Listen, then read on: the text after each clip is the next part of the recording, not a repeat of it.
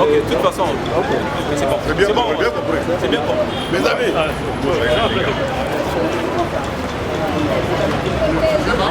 De l'ASBEL, journaliste debout pour dénoncer le soutien de l'Union européenne à l'agression perpétrée par le Rwanda contre la République démocratique du Congo.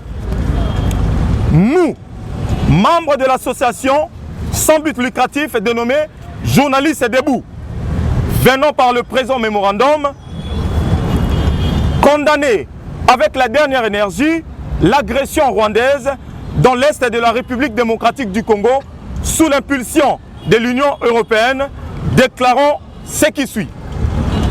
1. Depuis son accession à la souveraineté nationale et internationale, la République démocratique du Congo est confrontée à plusieurs tentatives de balkanisation de son territoire de la part de pays membres de l'Union européenne déterminés à exploiter les richesses incommensurables de son sol et sous-sol.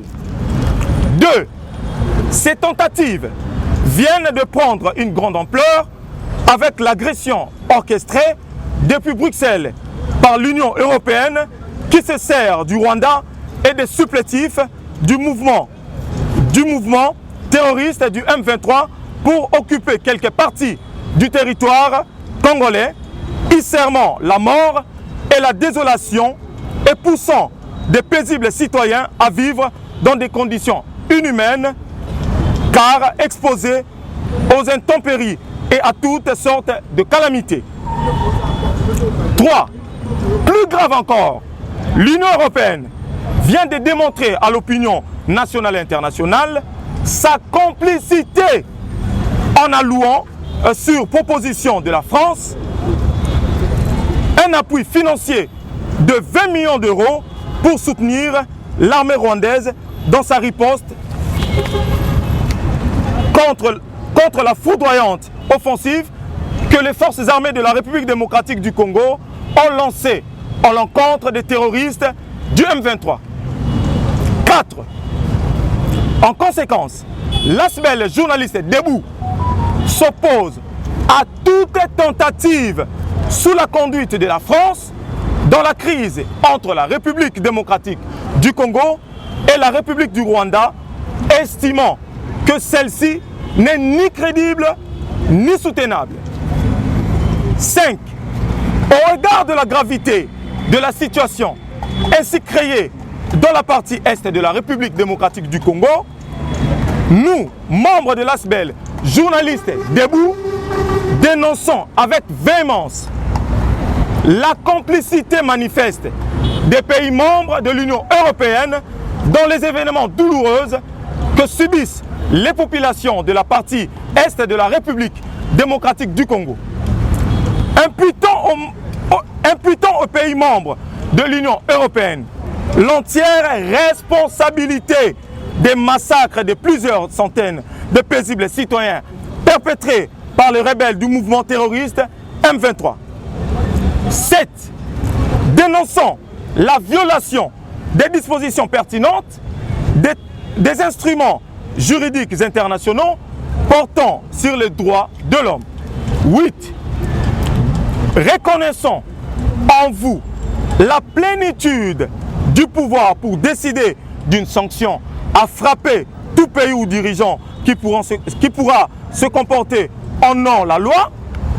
Nous demandons votre inertie et complicité à l'égard du président du Rwanda, Paul Kagame, qui sème tous les jours terreur et désolation dans l'est de la République démocratique du Congo, notre cher beau pays.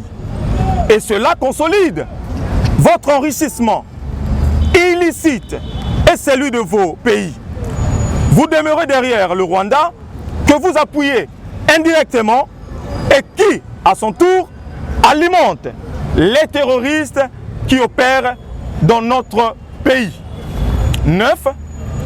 Appelons les États membres des Nations Unies à prendre acte des massacres des paisibles populations causés par des pays membres de l'Union européenne dans les territoires de l'Est de la République démocratique du Congo via la République du Rwanda de Paul Kagame. 10. Enfin, les journalistes congolais réunissant au sein de l'ASBEL Journalistes Debout vous recommandent de revoir votre position, de prendre des mesures urgentes pour la restauration de la paix, de la sécurité dans l'Est de notre pays où nos confrères journalistes, je répète, où nos confrères journalistes et beaucoup de nos compatriotes ont succombé, d'autres déplacés de leurs habitations, voire d'autres en perte de leur travail. En conclusion, nous sollicitons de vous, l'Union européenne, des sanctions très sévères à l'encontre du régime sanguinaire de Paul Kagame au regard de tous les crimes perpétrés dans les territoires de l'Est de la République démocratique du Congo. Fait à Kinshasa, le 13 décembre 2022, les membres de l'ASBEL Journalistes Debout, Obed Bissidi, secrétaire général, Yassem Avungara, président national. Je vous remercie. Journalistes debout. Non à la radicalisation. Journalistes debout. Non à la radicalisation. Journalistes debout. Non à la balkanisation de la République démocratique du Congo. Merci beaucoup, cher homme. Hey, Kagame, Kagame, merci beaucoup. Bonso, voilà ya ike ya beto yonso, mboko yali ya biso, inchi ya shebote, ya roto lobi tokotel lelo biso bapandisango, bai otozwa, toza déjà éveillé, toyebi ete soki biso tolobi te mboko eke liboso te to telemaki lo na tongo, ndi botu moni biso awa, toali ebele. Toye liboso ya ndako ya Union européenne pour na kopesa bango mémorandum na biso ko talisa bango mécontentement na biso pour to sosoli ete bali complice na maye oyo Rwanda ali kosala na mabele ya Congo. Yango tolobi trop c'est trop, on en a ras le bol, ça suffit et Sengeli a fait sa position na bango.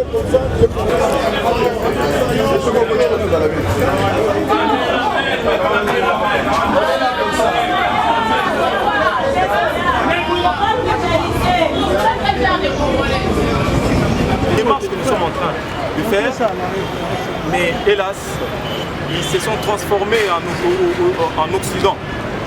Je crois que le mémo est déposé, ils ont accusé réception. Vous voyez un certain monsieur Alain, que nous avons pris ses coordonnées ici. Je crois que le travail est fait. À notre niveau, en tant que journaliste et debout, nous avons fait une première démarche. Nous avons entamé une première démarche. Question pour nous de montrer à la face du monde qu'au-delà du journalisme ou des journalistes que nous sommes d'abord congolais. Vous vous souviendrez, vous n'êtes pas nés journalistes, nous ne sommes pas nés journalistes. Nous avons devenu journalistes.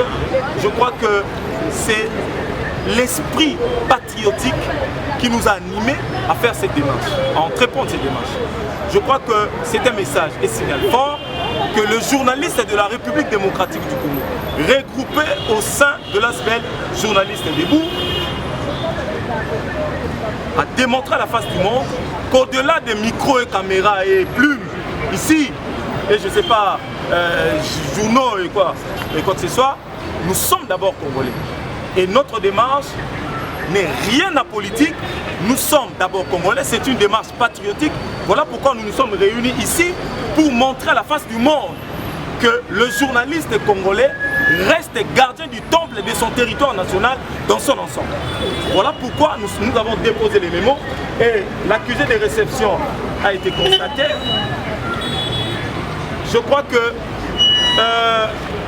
un certain Alain, qui serait leur chargé de communication, qui est congolais, je crois que je ne sais pas si c'est Alain Toumi ou quoi que ce soit, mais c'est congolais, qui nous a reçus.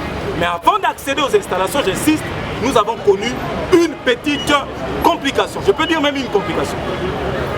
Donc je crois que ce mémo est rédigé par le journaliste Debout, sera répandu dans tous les pays.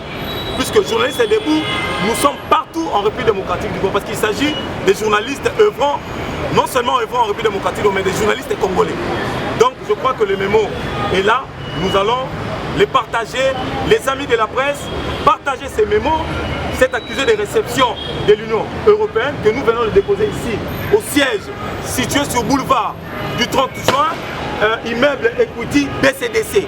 C'est là où loge le siège de l'Union européenne. Journalistes debout! Non à la balkanisation. Journalistes debout! Non à la balkanisation de la RCC. Journalistes debout! Non à la balkanisation de la République. Je vous remercie, cher. Après avoir mené Eshima, votre magazine qui bat au rythme de l'actualité. Une réponse à vos besoins en information, un éclairage dans divers domaines. Impartial, documenté, instructif. Eshima au cœur de l'info. Dans son édition spéciale, IGF Eshima Magazine évoque les 35 ans d'existence de l'Inspection Générale des Finances, IGF en sigle. Dans ces colonnes, le magazine revient sur le travail abattu par ce service d'audit supérieur ainsi que les innovations apportées, des performances reconnues au niveau international. À la une, l'interview exclusive de Jules Alingueté. Face aux prouesses réalisées par son service, l'inspecteur général chef de service martèle sur la volonté politique du président de la République, Félix-Antoine Tshisekedi, pour redynamiser l'IGF afin d'assainir les finances publiques. Le doublement des structures opérationnelles, le recrutement de nouveaux inspecteurs, l'amélioration des conditions de travail du personnel, plusieurs innovations qui rendent à ce jour l'IGF plus performante. Le travail de l'IGF salué à l'international.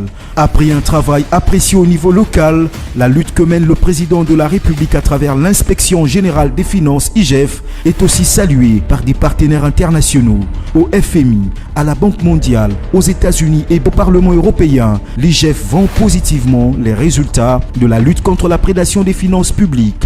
Le chef de service de l'IGF a été primé par Forbes Africa pour sa lutte contre le détournement des deniers publics. Autre titre à découvrir, la DGI rappelle l'échéance du 30 septembre 2022 concernant l'IBP, exercice fiscal 2023, revenu 2022. SONAS, Lucien Boniemé Ecofo fait bénéficier à ses cadres et agents une formation sur la passation des marchés publics. Tissia Mukuna, DG de la société La Quinoise, lance son usine de café 100% congolais à Kinshasa. Découvrez également des entretiens exclusifs des acteurs de la société civile sur la lutte contre la corruption. Le professeur Florimonde Mouteba de l'ODEP, Al-Kitenge, analyste économique, ainsi que maître Georges Kapiamba de la Cage. Eshima Magazine, un nouveau standard d'information.